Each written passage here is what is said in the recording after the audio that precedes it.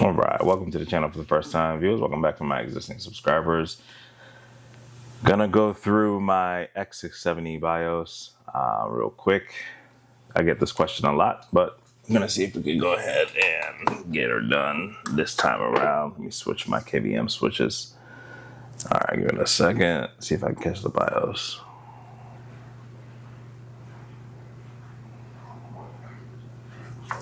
All right. There we go. So I have an Asus TUF X670. If you have an X870, I don't really think they're going to change it that much. So most of the stuff should still apply. Let me see if I can get this down a little bit. See if you can see a little bit better.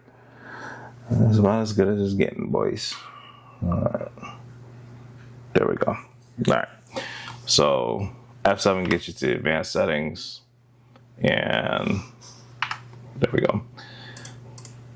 So under the AI tweaker menu, I'm using FCLK 2100 megahertz. You can play around with that. Some people use like 2133. Some people go a little bit lower.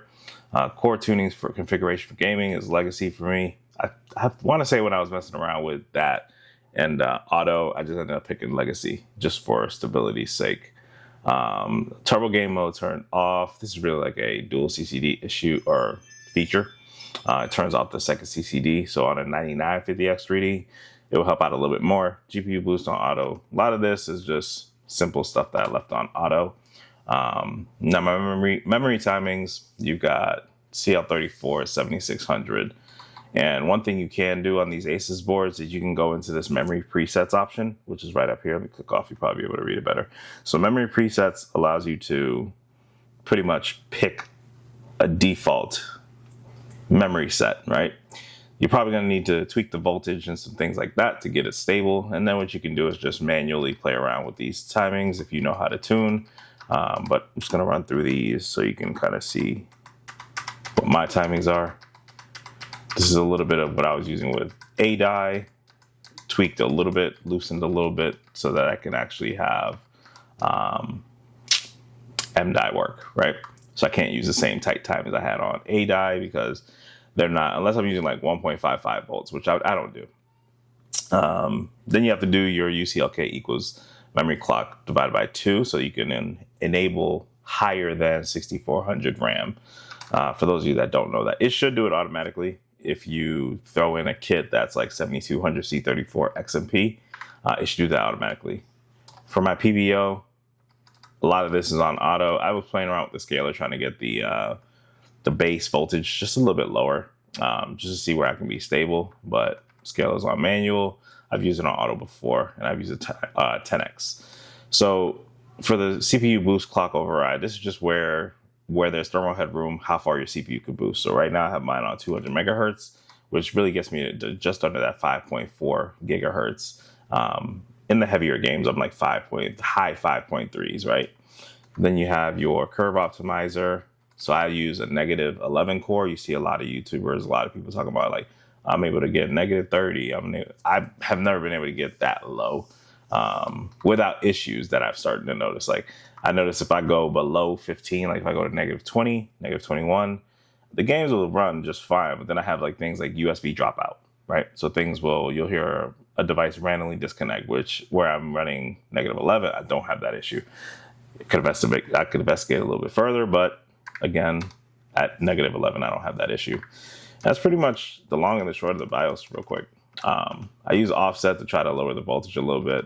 My VDD SoC voltage, I have at 1.2 volts just to lower that and keep it capped, not let it go up to 1.3. And then the DRAM, I use 1.46 volts. If I wanted to, I could go a little bit more aggressive and maybe do something like, 1.5. Because this kit, you can run at 1.5 for daily. But on the Intel side, it's interesting because I can run it at like 1.2 something. Hold on, I got to sneeze. Whew, it's about to get me. But yeah, I don't like running high voltages just because, it's just not something I've ever done. Usually when I overclock RAM, I go for anything that's stable that doesn't require more than 1.48 volts. From B die to A die to M die, it's always been about the same. really, that's it. I don't really change too many other things. Rebar should be on. Most BIOSes have it either up top or front and center for you to actually check. And it turns on all the settings you would need for rebar. Whenever you're making tweaks or changes, I definitely recommend, especially if you go ahead and you watch this video, I probably should have said that first, but I definitely recommend that you save a profile first. So let's say, for instance, you are about to go messing around with your BIOS, right? You can go over on the Asus boards, user profile, and then you can just save it there, right? So you go save profile, pick a number, and then make your tweaks and save it as a different profile. Just be careful when you do it. That way you always have the point of where everything worked. And as you can see, the way I did mine was stock, right? So just turn the BIOS, like update the BIOS, turn everything on, leave it stock, save it as is, but make sure you turn off Armory Crate because that's annoying as fuck right here. So I disable that and then I save stock. Then I turn on XMP, go do some tests, make sure you save it.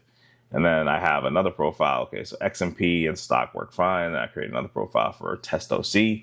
And I was just messing around with the PBO and things like that. So once that was fine, I went ahead and just tuned up my RAM and touched up a couple quick little things. And test OC new is when I lowered the voltage on the vCore to offset.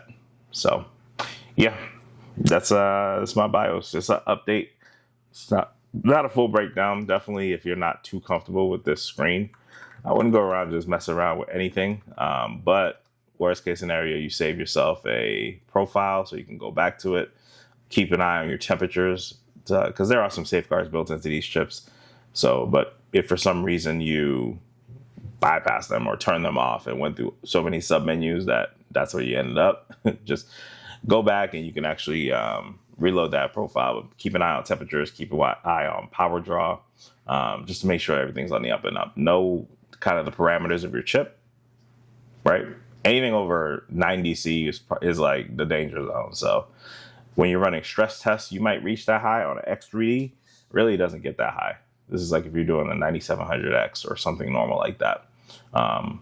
It'll get up there. But on the X3Ds, I think it's like 85 to 88 is kind of like the no-go zone. But when you're in games and things like that, if you have a decent cooler, you should not be over, I would say, 70 C if you have a decent cooler. If you know you got a subpar cooler, you got like a little tiny, you had a 2600X and you just kept that cooler for some reason and now you're still using the same thing, and you can expect to be higher when it comes to those chips. But if it's something where you have a 360, a 240, something like that, you shouldn't be over 70 C. All right. Hopefully this helps some of y'all out. Y'all be easy.